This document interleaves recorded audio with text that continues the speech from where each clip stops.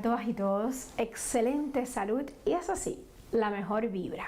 Hoy en entrevista especial de Guía tu Cuerpo hablaremos de un tema que nos llama muchísimo la atención y no solo porque no es muy conocido el término de la ambulomanía.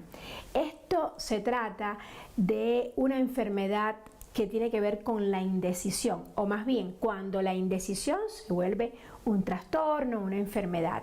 Y usted se preguntará, ¿qué es eso? Para responder a todas nuestras dudas nos acompaña en el estudio el doctor Manuel González Oscoy, quien es psicólogo y académico de la Universidad Nacional Autónoma de México, la UNAM. Bienvenido, doctor González Oscoy. Y bueno, nuestra primera pregunta es: ¿qué es la ambulomanía? Y si hay otra forma de llamarlo, además de indecisión enfermiza o indecisión como trastorno. Este trastorno se podría decir que es una indefinición, una indecisión patológica, crónica, en el sentido en que no vamos a poder decidir, ¿sí? Y eso francamente nos paraliza en la vida. Todos nosotros siempre estamos decidiendo en cuanto estamos despiertos. Desde qué lado, desde qué lado de la cama nos vamos a despertar, cómo nos vamos a vestir, qué vamos a comer, etcétera, que son las decisiones cotidianas, triviales, ¿no? Y luego vamos subiendo según la importancia que les asignamos hasta llegar a las grandes decisiones de vida. Con quién me voy a casar, qué voy a estudiar, me salgo de mi trabajo, etcétera. ¿Qué es lo que usted recomienda para no tener este problema de ser un indeciso permanente, por decirlo de alguna manera? ¿Se recomienda desde que el niño ya habla, permitirle tomar decisiones propias? Sí, y en realidad, aún sin enseñar, desde niño se empieza a tomar decisiones. La primera decisión importante es el no. El poder decir no. Eso nos cuesta mucho a todos. Sí, y hay veces en que no lo podemos hacer, pero a veces lo que hace el niño simplemente con apretar su boquita cuando no quiere comer más, cuando se le pide, bueno, cállate y sigue llorando, etcétera, está de alguna manera ya empezando a tomar sus primeras decisiones. Y claro, las decisiones se van a ir conformando de acuerdo a todo el bagaje de información, nuestro bagaje cultural que vamos haciendo a lo largo de la vida, porque se puede decir, nunca terminamos de tomar decisiones y llega a haber decisiones tan fuertes que terminan con la vida, de una forma o de otra, consensuada, etcétera, ¿no? Entonces, sí es importante, sí se van tomando decisiones y lo que podemos llegar a encontrar que puede ser un pequeño precurrente, algo que puede predisponer, es cuando hay un ambiente excesivamente controlador, donde realmente no se le permite tomar decisiones a los niños, o peor aún, se les castiga por tomar sus propias decisiones. O sea que si veo que mi hija no quiere comer más y le hace así a la boquita, o no se calla cuando tiene un berrinche o algo así, ¿qué usted sugiere que haga? Se establece en esos casos un diálogo aún no verbal, ¿sí? O sea, podemos ver, por ejemplo, en la misma tensión de la mandíbula, cuando el niño de plano no va a aceptar abrirlo, ¿sí? En el mismo cansancio también ante la discusión, la negativa. Sabemos que hay niños que pueden llegar a quedarse dormidos sin haber cedido nada. Y hay otros que sí en un momento dado toman la decisión de, bueno, ya quiero que esto se acabe. Entonces siempre va a haber estas decisiones. ¿Y qué va a pasar con la ambulomanía? ¿Sí? Ante cualquier decisión no vamos a poderla tomar. Por ejemplo, estoy en una encrucijada, en una Y, me voy a la izquierda y a la derecha. Todos van a tener sus pros, sus contras, pero a la hora de hacer esta evaluación entre las posibilidades, no puedo decidir, porque todos van a tener precisamente eso, una ventaja, una contra. Ajá. Y me voy a quedar ahí parado, estacionado. Paralizado. Totalmente. Entonces estas personas no pueden conducir un coche, porque cuando se encuentran con esa Y a la que usted se refiere, en la vida práctica y real, pues ¿para dónde agarro? ¿Para aquí, para allá? Pues a veces ni siquiera pueden comprar el coche. Porque, claro, todos los coches tienen sus ventajas económicas, técnicas, mecánicas, lo que sea. Entonces, ese es el problema. Nos paraliza y perdemos la funcionalidad, la capacidad de movernos en la vida. Y ahí van a intervenir varias cuestiones, tanto las que pensamos, ¿sí?, como las que sentimos. Anteriormente se consideraba que nosotros las decisiones las tomábamos con la cabeza, y más cuando eran cuestiones concretas, diríamos racionales. Sin embargo, hubo un psicólogo al cual le dieron un premio de economía, el premio Nobel de Economía, Kahneman, ¿sí? Y él decía, bueno, es que estas decisiones económicas que aparentemente son de pesos y centavos, concretas, donde no hay una posibilidad de meter una emoción, sí lo hay, es una emoción inconsciente que de alguna manera es lo que va dirigiendo lo que decidimos. Entonces necesitamos, y él lo puso así en una frase de uno de sus libros, tanto pensar rápido como pensar despacio, porque vamos a pensar rápido con las emociones y despacio con los pensamientos. Entonces, a partir de ahí se empieza a profundizar esta ambigüedad, esta doble característica, doble valor, por eso de ahí viene también la cuestión de ambulomanía, que no podemos pensar solamente para decidir, ni podemos solo sentir.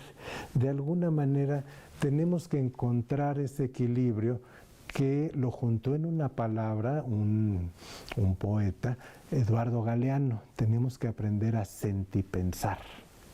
Interesante, y que sea Galeano quien lo dijera. Sí. Entonces, ¿qué está primero? A la hora de tomar una decisión, uno debe tomarla de las dos formas, con la mente, con el raciocinio y con los sentimientos, o cuándo es primero una y cuándo es primero la otra. Primero son las emociones, la parte media del cerebro, mesencéfalo, y luego viene el raciocinio, el pensar, que es en la corteza cerebral, en el lóbulo frontal. Esto es fracciones de segundo, hablamos de centésimas de segundo, pero es el orden biológico que se sigue en la toma de decisiones. Entonces ya las decisiones no se toman únicamente con la cabeza. No deben de tomarse así. A ver, ¿cómo deben tomarse? Por decir algo, acaba de suceder hace poco un terremoto en Turquía, ¿no? Si yo ante un terremoto, que es un evento extraordinario, me quedo pensando, puedo decir, bueno, esto se está sucediendo por un movimiento de placas tectónicas, uno que va hacia abajo, otra que nos da el movimiento trepidatorio, y en ese raciocinio se me puede caer el edificio encima. ¿Sí? Si me detengo a pensar en las razones del terremoto. Así es. Pero si yo dejo que la emoción me invada, lo primero que voy a hacer es boto todo, salgo corriendo, capaz que estoy en un segundo piso y me aviento, ¿sí? Y voy a poner también en peligro mi vida de una manera que no era necesario. Entonces tenemos que hallar ese equilibrio entre lo que cuando se toman las decisiones por temas emotivos y cuando se toman las decisiones en función de la cabeza, lo que te dice la cabeza. En fracciones de segundo. Por ejemplo, voy manejando, se me atraviesa alguien, freno primero y pienso después. ¿Sí? Es un reflejo que yo fui adquiriendo, ¿no?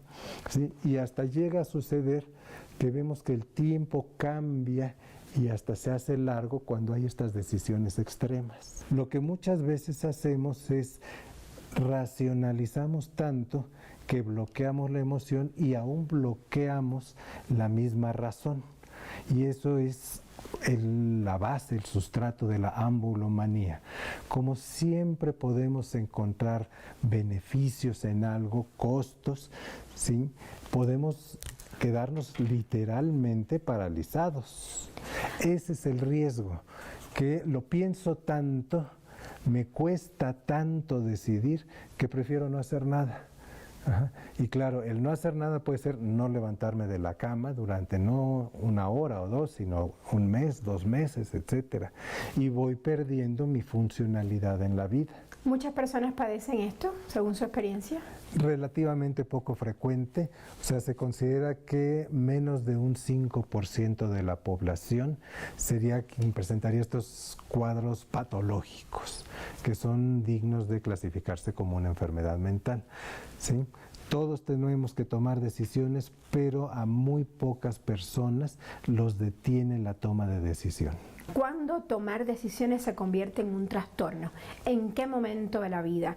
Y dos, si enseñamos a los niños desde pequeños a tomar decisiones o aceptamos que ellos tomen esas pequeñas decisiones como no comer más o hacer un berrinche, los ejemplos que usted nos ponía, ¿eso ayudaría a evitar que exista la ambulomanía?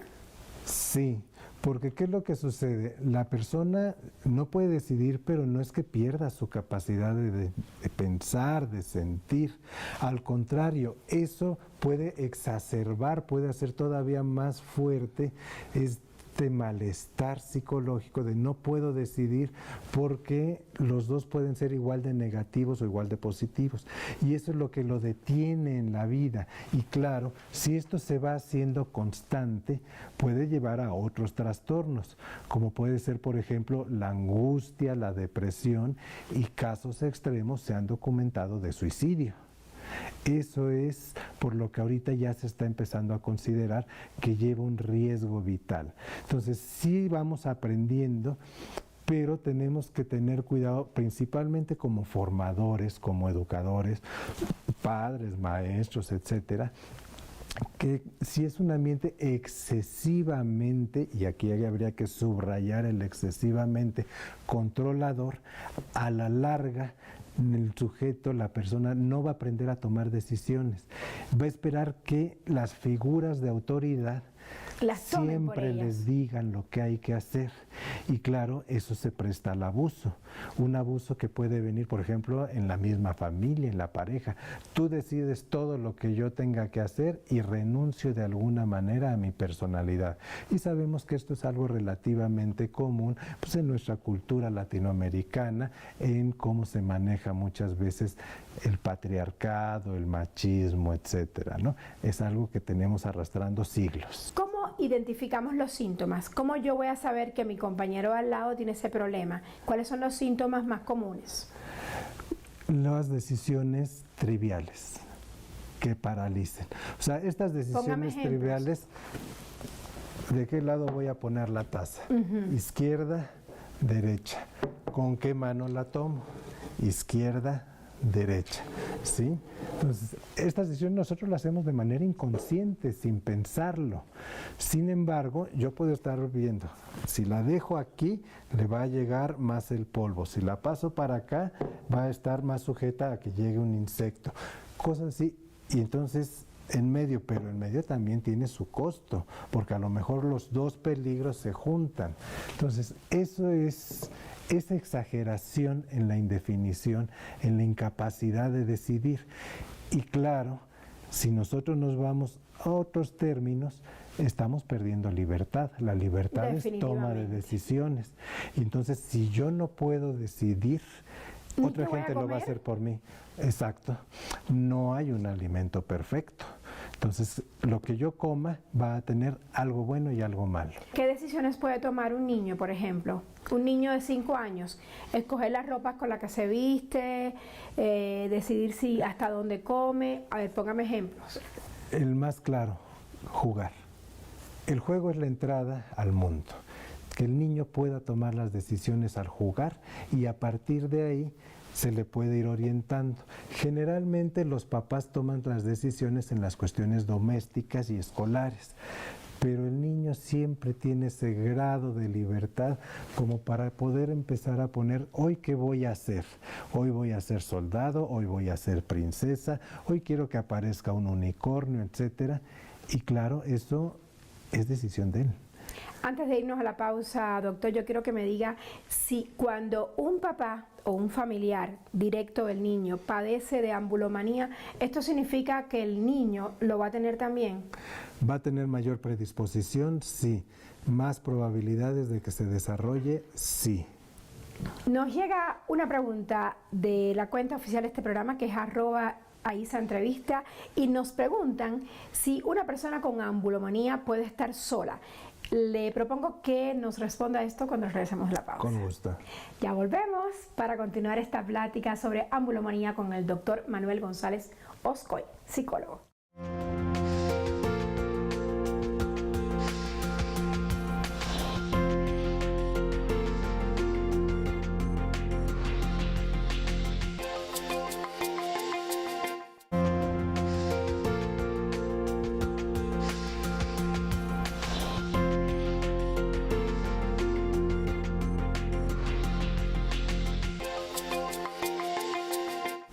vuelta para continuar esta interesante plática sobre la indecisión patológica, también conocida como ambulomanía, y nuestro invitado de hoy es el doctor Manuel González Oscoy, quien es psicólogo y profesor de la Universidad Nacional Autónoma de México, la más importante del país y probablemente de América Latina. Doctor Oscoy, antes de irnos a la pausa, le preguntábamos, una pregunta que llegó a la cuenta de Twitter de @IsaEntrevista, si una persona con ambulomanía puede estar sola.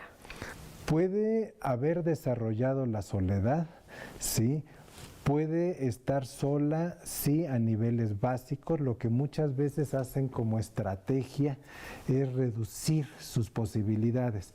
Por decir algo, siempre comer lo mismo, siempre vestirse igual. Pero no corren riesgo al estar solos.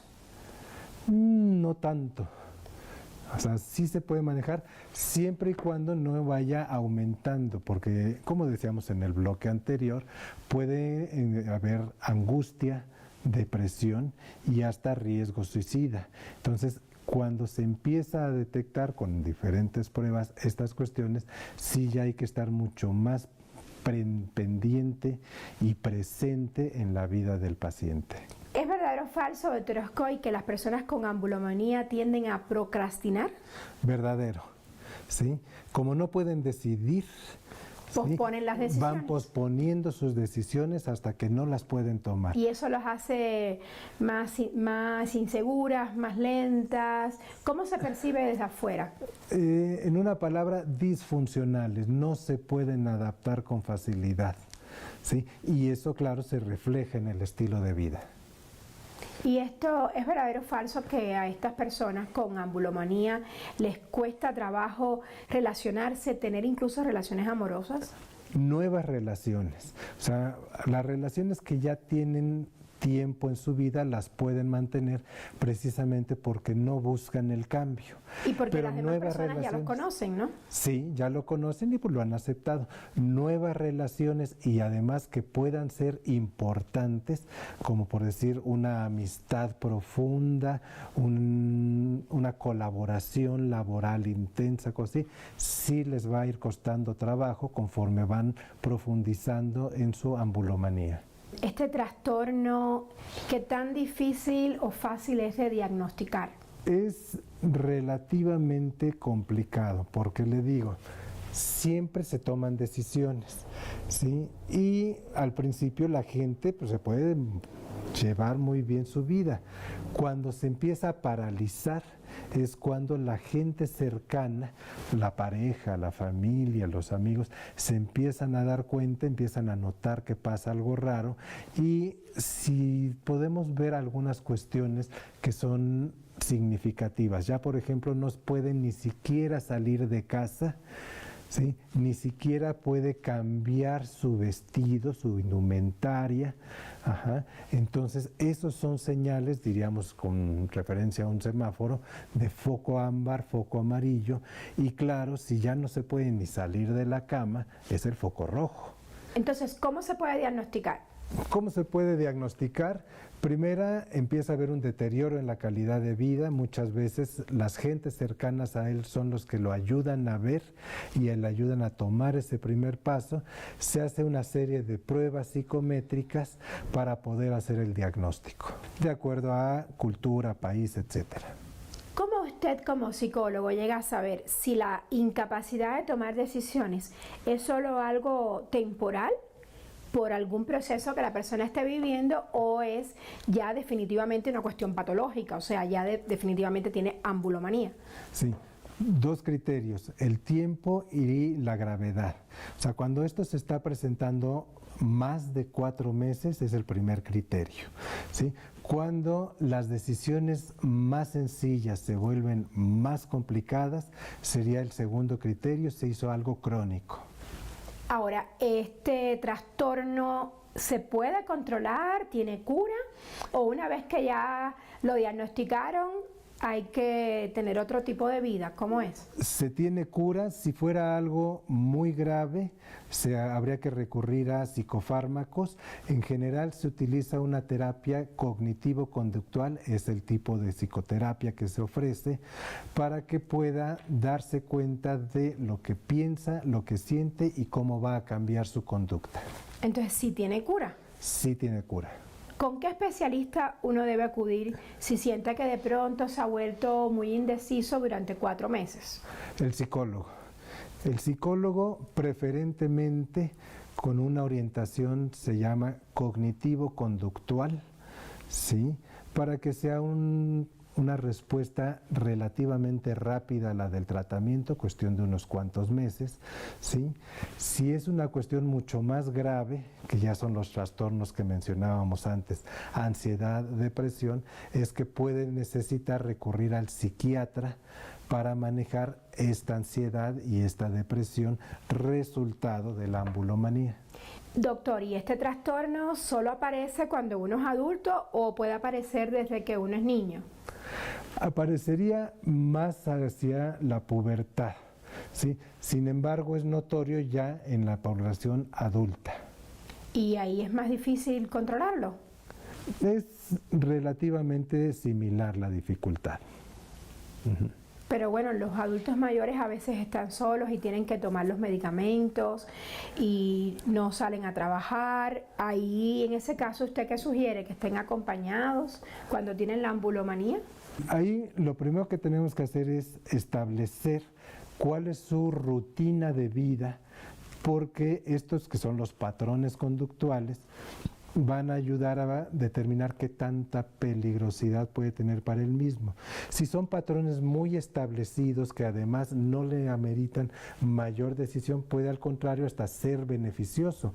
Siempre va a desayunar lo mismo, entonces no tiene que decidir. Sabe que a 1 hora en punto le tocan sus medicinas y a otra hora exacta se tiene que acostar o levantar. Eso es una limitante para que no se haga más difícil, para que no se complique. Además de perder la capacidad de tener nuevas relaciones, ¿qué otras capacidades se pueden perder cuando uno detecta que tiene la ambulomanía?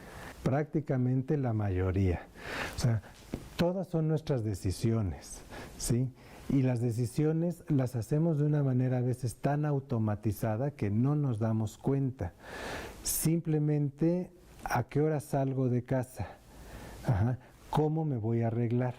¿A quién pienso ir a ver? Ajá. Tengo que ir a pagar, a comprar, a cobrar, ¿sí? ¿Por qué camino voy? ¿Me voy por la vía rápida? ¿Me voy la que tiene más semáforos, etcétera? Entonces, toda la vida van a ser decisiones que hemos ido incorporando a lo largo de lo que llevamos. Decisiones como puede ser, circulo por el lado derecho o el lado izquierdo de la calle. Entonces, si tengo un familiar con ese problema, no necesariamente tengo que estarlo acompañando a los lugares para que tomen decisiones o para ayudarlos. No es necesario si la respuesta ya está muy establecida. Tienes que ir a la tienda que está a 2 cuadras, entras por la puerta de la derecha, te formas en la caja número 2 y vas a pagar exactamente lo que cuesta, son 157 pesos. O sea, cuando las rutinas ya están establecidas a lo largo de la vida, ahí puedo dejarlo solo, ahí no me preocupo. Así es. Pero si se enfrenta a un nuevo padecimiento, a una nueva enfermedad y le cambia todo, ahí sí tengo que preocuparme. Digo, la pregunta es, yo como familiar, ¿cómo ayudo a una persona, a un familiar, valga la redundancia, que tenga ambulomanía y que tenga que cambiar su rutina? ¿Por qué? Porque se le presente a una circunstancia nueva, que puede ser una nueva enfermedad. Sí. Si yo veo que ya no puede decidir, lo primero es busco la ayuda profesional, el diagnóstico adecuado. Ajá. Y después de eso puedo irle enseñando a esa toma de decisiones nuevas, ¿sí? Las decisiones nosotros siempre las vamos a ir graduando, les vamos a ir dando una importancia. Por decir algo, tienes que cambiar de empleo. ¿Por qué? Porque se muda la compañía. ¿Te quieres ir o renuncias? Es una decisión fuerte de vida, ¿no? Sí, claro. Entonces, ayudarle a ver, bueno, ¿qué vas a perder? pierdes prestaciones, pierdes salario, pierdes un ambiente laboral, unos compañeros. ¿Y qué vas a ganar? ¿Qué vas a ganar? Te va a quedar a lo mejor más cerca de la casa, vas a tener nuevo ambiente de trabajo, pero un ascenso, más sueldo, etcétera. ¿Qué hacer? ¿Qué deben hacer los papás con niños pequeños para evitar que su hijo desarrolle a lo largo de la vida la ambulomanía? Evitar el control excesivo. Sí, eso es algo que sí se considera predispone a la aparición de la ambulomanía después de un tiempo, pero sin llegar al exceso de dejarlo hacer sin ningún control. El niño tiene que ir aprendiendo los límites. Cuando llega a la adolescencia, cuestiona y transforma esos límites para que en la juventud, que es después de los 20 años, tenga sus propias normas, límites y forma de relacionarse. Si nosotros creamos un ambiente excesivamente controlador, restrictivo, vamos a anular la personalidad de nuestros seres queridos, nuestros hijos, nuestra pareja. Y claro, para el controlador puede ser hasta atractivo, pero para todas las demás personas puede ser destructivo. Gracias, doctor Manuel González Oscoy. Yo coincido con usted, este mensaje es muy importante para todos los papás con niños pequeños o adolescentes y voy a tratar de no olvidarlo porque también soy mamá. Gracias por estar hoy con nosotros y bueno, yo me quedo con esto, la indecisión se convierte en una patología cuando la decisión más simple es un problema para la persona y lo mejor es tratarlo con un especialista y también escuchar lo que dijo hoy nuestro invitado. Cuídese mucho y ámese más. Los veo de hoy en 8 días.